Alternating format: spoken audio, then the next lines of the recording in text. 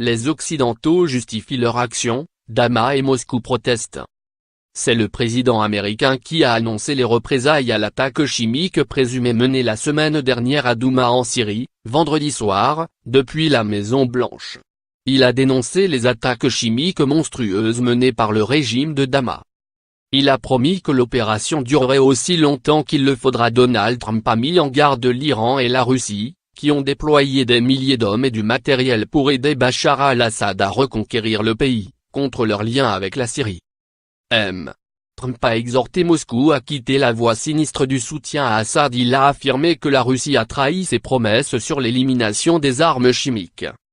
Les frappes militaires occidentales en Syrie reviennent à insulter le président russe, un acte qui sera suivi de conséquences, a averti vendredi l'ambassadeur de Russie à Washington, Anatoly Antonov.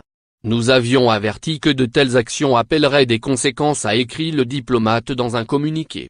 Nos mises en garde ont été ignorées, a-t-il déploré. Le régime à Damas a dénoncé samedi l'opération militaire. L'agression tripartite contre la Syrie est une violation flagrante du droit international, et elle sera vouée à l'échec, a rapporté l'agence officielle SANA. Dans la foulée de l'annonce américaine, le président français Emmanuel Macron a publié un communiqué. Il affirme qu'il poursuivra avec détermination dans les jours et les semaines à venir les priorités de la France: terminer la lutte contre Daesh, acronyme arabe de l'organisation État islamique, permettre l'accès de l'aide humanitaire aux populations civiles, enclencher une dynamique collective pour parvenir à un règlement politique du conflit, afin que la Syrie retrouve enfin la paix, et veiller à la stabilité de la région. Notre réponse a été circonscrite aux capacités du régime syrien permettant la production et l'emploi d'armes chimiques, précise M.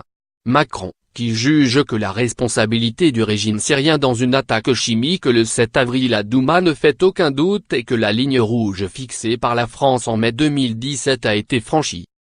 La France et ses partenaires reprendront, dès aujourd'hui, leurs efforts aux Nations Unies pour permettre la mise en place d'un mécanisme international d'établissement des responsabilités, prévenir l'impunité et empêcher toute velléité de récidive du régime syrien, poursuit-il.